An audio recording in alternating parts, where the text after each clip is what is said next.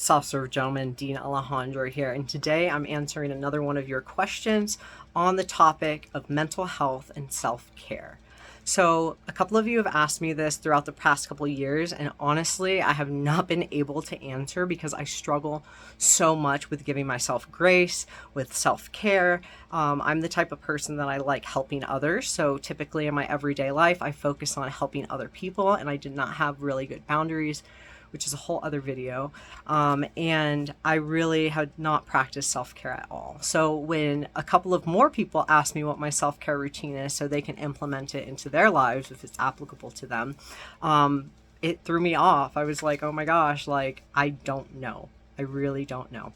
However, I actually created a self-care plan, an action plan, like a week ago to try to kind of get myself into a routine, because my problem with routines and like creating a morning ritual and an evening ritual is that I unintentionally put too much pressure on myself.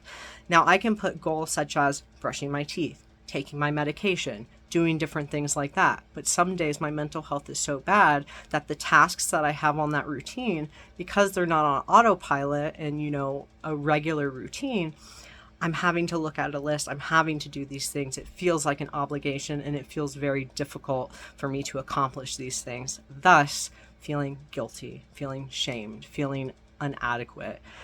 So coming up with this self-care action plan I'm hoping that I'll be able to implement it, because I honestly forgot about it, pulled it out yesterday, and it was just sitting on my bed when I was about to do a similar video. So I just decided to go ahead and get into it. So this is my action plan. It has a bunch of different categories to it. So I'm going to break this video up into two different sections. Actually, no, I'm not.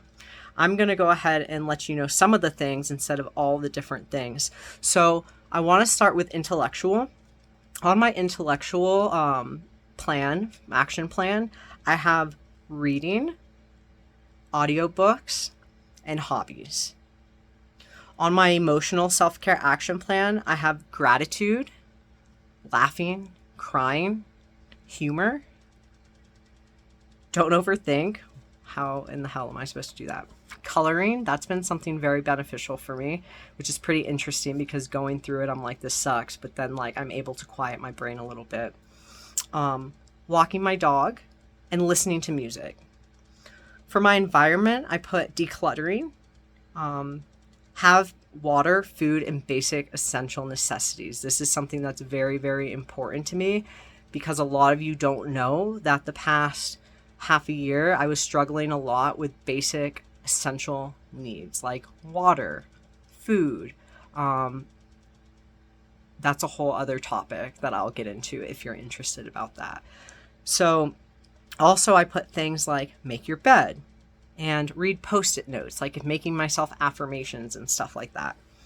For physical self-care, I put eat food regularly, yoga, sleep, breathing exercises, also very difficult, and weight training. And these are all just goals. Like, I don't implement these all the time, For spiritual, I put meditating, hiking or nature walks, AA or NA, yoga, and tarot cards. For financial, I just put paying your bills, budgeting 101, buy something for yourself, and saving for travel. Under community, I put volunteering, social events, hanging with friends, and local events. And then last but not least, occupational, I put take time off, silent your phone outside business hours, take lunch and drink water, and take advantage of free and additional trainings that are available to me. So that is a very far-fetched list for me. Like I just said, I don't want to put unintentional pressure on myself, but those are some of the things that will help me and could also help you on an action plan to take care of yourself. And like I said, self-care looks like so many different things to so many different people, and that's okay. Small things make a huge difference. Every day that we go on is so important because it's just progress. Even if we take one step back, two steps back, three steps back, like it's still progress because you're learning something, hopefully, from it. And eventually, like, life will give you the same challenges and the same problems over and over until you learn your lesson. That's at least something that I've learned. If you like this video, make sure you give it a thumbs up. Please subscribe so you can see my weekly videos. If you want to check me out, check out SoftServed Gentleman on all the other platforms. Until then, just remember, take care of yourself. If you need anything, please reach out on any of those platforms, and have a great day.